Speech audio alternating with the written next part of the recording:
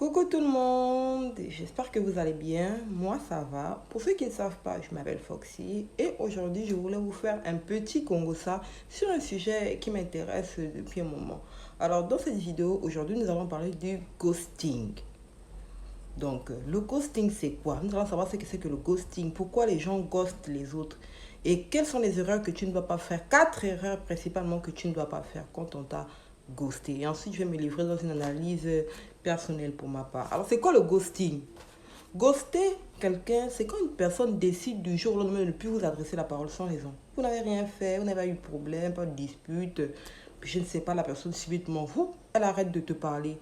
Elle t'ignore volontairement. Des fois, il peut arriver, certaines personnes commettent l'erreur d'écrire, oh voilà, mais qu'est-ce qui se passe et tout, et tu ne reçois aucune réponse. Donc la personne t'ignore complètement. C'est quand une personne vous ignore complètement, sans raison. Ça peut être dans le cadre d'une amitié ou bien dans le cadre d'une relation amoureuse. Maintenant, pourquoi les gens ghostent? Alors, ce que beaucoup de personnes ne savent pas sur le ghosting, c'est que le ghosting, c'est une technique de manipulation employée par les pervers narcissiques pour contrôler les autres ou pour les mettre dans une situation de vide émotionnel. Et c'est ce vide émotionnel-là qui va pousser les personnes à, comment je peux dire ça, à les courir après, ou bien leur courir après, parce qu'on court après quelqu'un. Est-ce que vous comprenez ce que j'essaie de vous dire? Donc, le ghoster est une personne qui veut que vous devez être derrière lui, vous devez lui courir après. Ce qu'on appelle la technique de je te fuis, tu me suis. Pourquoi les gens ghostent aussi? Les gens ghostent aussi pour montrer du mépris. En fait, quand quelqu'un te ghoste, la personne veut te montrer qu'elle ne te considère pas, tu n'es rien pour elle. Maintenant, quelles sont les erreurs que toi, tu ne dois pas faire quand on te ghoste? Première erreur à ne pas faire quand on te ghostait. Chercher à te demander pourquoi on t'a ghosté. Tu es là, pourquoi la personne te ghost? Tu cherches dans ta tête, tu cherches des raisons. En fait, tu te tortures personnellement, quoi. Tu te mets une pression pour une personne qui ne te considère pas. Parce qu'au final, si la personne t'a ghosté, c'est que la personne a décidé que tu ne veux rien pour elle et qu'elle ne te considère pas. Donc, pourquoi tu dois te mettre une aussi grande pression? Donc, premièrement, on ne se pose aucune question. On t'a ghosté, tu acceptes ça. Deuxième erreur qu'il ne faut pas faire, aller chez le ghoster et lui demander, ah écoute, je ne sais pas ce qui se passe, est-ce que tout le monde a un problème, pourquoi tu ne m'écris pas, pourquoi tu ne fais pas des messages, est-ce que, non. Quand tu le fais, tu te mets dans une situation de demande affective. Il ne faut jamais se mettre dans une situation de demande affective. Parce que quand tu te mets dans une situation de demande affective, tu laisses l'opportunité à la personne qui t'a ghosté de te ridiculiser une fois de plus, ou bien de te donner une excuse bidon. Il faut savoir que les ghosters sont des personnes très hypocrites qui n'assument jamais rien. Donc ça ne sert à rien d'aller vers eux. C'est une lost your time. Tu perds ton temps. Allez demander à la personne pourquoi elle ne t'écrit pas, parce qu'elle ne te donnera jamais une excuse claire. Les ghosters et les ghosteuses sont très hypocrites. Quatrième chose qu'il ne faut pas faire, troisième chose qu'il ne faut pas faire quand on te ghost, c'est bloquer la personne. Vous êtes sur les réseaux sociaux, toi tu as commencé à bloquer la personne. Tu as bloqué la personne pourquoi? Quand tu bloques la personne, tu es en train de montrer à cette personne-là que son comportement t'a affecté. Si le comportement d'un petit être humain t'affecte à un tel point que tu le bloques, ça veut dire que ça t'a vraiment fait mal. Je ne pense pas qu'on veut montrer à la personne qui nous a ghosté qu'on a eu mal. Non, non, non, non, non. Il faut toujours rester dit. Tu ne bloques pas la personne. Tu vis ta vie normalement. Ce n'est qu'un être humain. N'oubliez pas ça. Les humains ne sont que des humains insignifiants. Ce ne sont que des êtres humains. Donc, quelqu'un t'a ghosté. Ne bloque pas la personne là. Parce que bloquer, c'est un signe de faiblesse. Tu vis ta vie tranquillement sur les réseaux sociaux. Tu t'amuses. Tu vis ta vie et tu laisses les autres voir le show.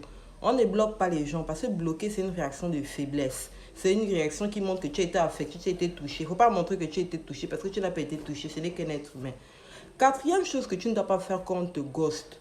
Alors, tu ne dois pas te renfermer sur toi-même en mode ah, on m'a ghosté, ça veut dire que je ne suis pas importante, ça veut dire que je ne compte pas, ça veut dire que non. C'est une seule personne qui t'a ghosté. Si cette personne t'a ghosté, tu veux dire que dans la vie, il n'y a que c'est la seule personne là qui est dans ton entourage. Il y a plusieurs personnes qui prennent quand même le temps de t'écrire, qui prennent le temps de t'appeler, qui prennent le temps de te faire des messages. Pourquoi ne pas se concentrer sur cette personne et laisser la personne qui t'a ghosté là?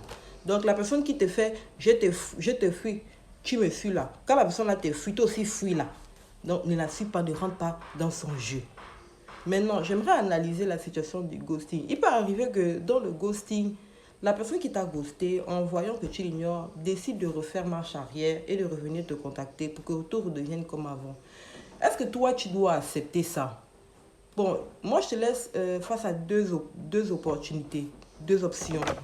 Première option, tu peux décider d'accepter. Tu vois, tu acceptes, vous redevenez comme d'habitude, sans rien, sans explication. Mais le danger est que si tu acceptes, la personne n'aura pas réellement compris qu'elle a mal fait. La personne n'aura pas réellement compris que ses actes ont des conséquences. La personne n'aura pas réellement compris que toi aussi tu es une personne, tu es important, tu es un être humain. Tu vois, on te jette pas, on te prend pas comme un, je sais pas comment, tu n'es pas un torchon. Enfin, quelqu'un part et puis elle revient comme si toi tu acceptes. Je sais pas trop si c'est intéressant. C'est une option, hein. C'est une option. Tu as aussi la deuxième option. Décider de ne plus accepter de renouer le contact avec la personne. Ça ne veut pas dire que vous restez dans la haine. Vous êtes des grandes personnes adultes, vous êtes matures pour vous voir, pour vous saluer. Bonjour de temps en temps en public, mais évitez encore de retourner dans les interactions que vous aviez avant. Donc vous ne restez pas dans une situation de rancune. Vous comprenez, vous êtes dans la maturité. Vous vous saluez quand vous vous voyez naturellement comme deux adultes normaux. Mais ça ne veut pas dire que vous redevenez amis ou bien que vous acceptez de retisser la relation amoureuse que vous avez avant. Personnellement, pour moi, je choisirais la deuxième option. Parce que je pense que quand une personne choisit de te ghoster, ça veut dire que cette personne, au final, elle ne te considère pas. Tu vois, elle ne te considère pas. Et si tu acceptes que cette personne revienne comme ça, sans explication, sans justification, et que tout redevienne comme avant, c'est que toi aussi tu as compris que tu n'as pas de valeur et que tu acceptes, c'est que tu accordes une trop haute importance à cette personne. N'oubliez pas, c'est quelque chose que moi je vais toujours vous dire ici, les êtres humains sont des êtres humains. Ils viennent et ils partent. Il ne faut jamais les mettre sur un pied d'étal. Donc, quand quelqu'un te ghoste, quelqu'un te fuit, toi aussi tu fuis la personne. Si la personne revient pour dire que oui, redevenons comme avant, tu refuses ça. Et vous restez des personnes adultes, matures, mais ça ne veut pas dire que vous redevenez amis. Ce n'est pas obligé de revenir amis. Ce n'est pas parce que vous n'êtes plus amis, que vous n'êtes plus dans une relation amoureuse, que vous allez être dans la haine. Non, c'est sans rancune.